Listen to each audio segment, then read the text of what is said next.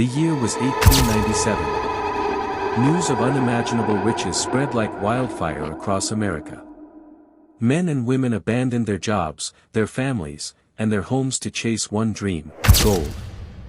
The destination was the Klondike region of Canada's Yukon Territory. But to get there, prospectors had to endure what became known as the deadliest trail in history, the brutal passes of the Chilkoot and White Pass trails. Thousands tried. Many never made it. This is how the gold rushers survived. When the first ships docked in Seattle and San Francisco carrying nuggets of pure gold, the frenzy began. They called it Klondike fever. Over 100,000 stampeders set off north, but fewer than half even reached the Yukon. The journey was not just long, it was deadly. From icy storms to avalanches, starvation to disease, every step tested human limits. The most infamous section was the Chilkoot Trail. Imagine climbing a near vertical slope of ice and snow, each man burdened with nearly a ton of supplies. The Canadian government required it. Why? Because too many early travelers died of starvation. Officials insisted that every prospector bring at least 2,000 pounds of food, along with tools, tents, and equipment. That meant gold seekers had to shuttle their loads piece by piece, up and down the same trail dozens of times. A journey of 30 miles could take weeks, even months. Survival demanded preparation.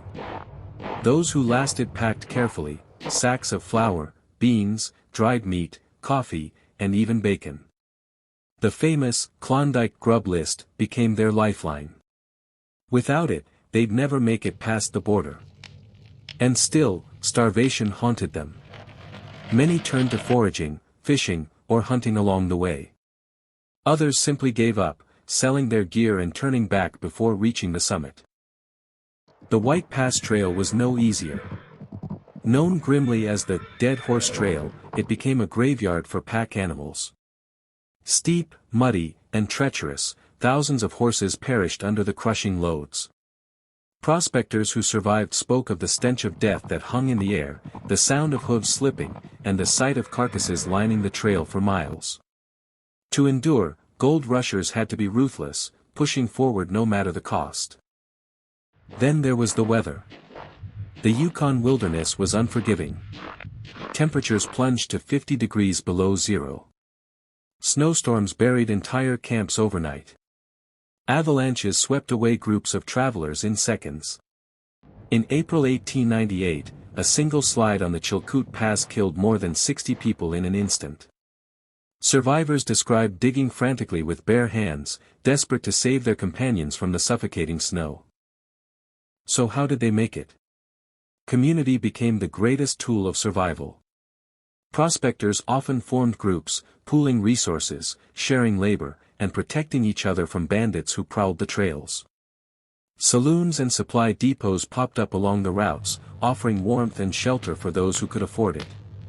And at night, in frozen tents, stampeders huddled together, telling stories to keep their spirits alive. For many, the final stretch came at the edge of Lake Bennett. There, exhausted gold seekers stopped to build boats by hand. They felled trees, carved planks, and fashioned crude vessels to carry them down the Yukon River toward Dawson City, the heart of the Klondike gold rush. After months of hauling supplies, enduring storms, and facing death at every corner, they still had 500 miles of icy waters ahead.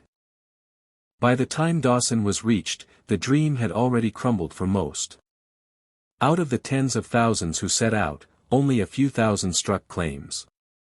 And only a few hundred truly became wealthy. The rest?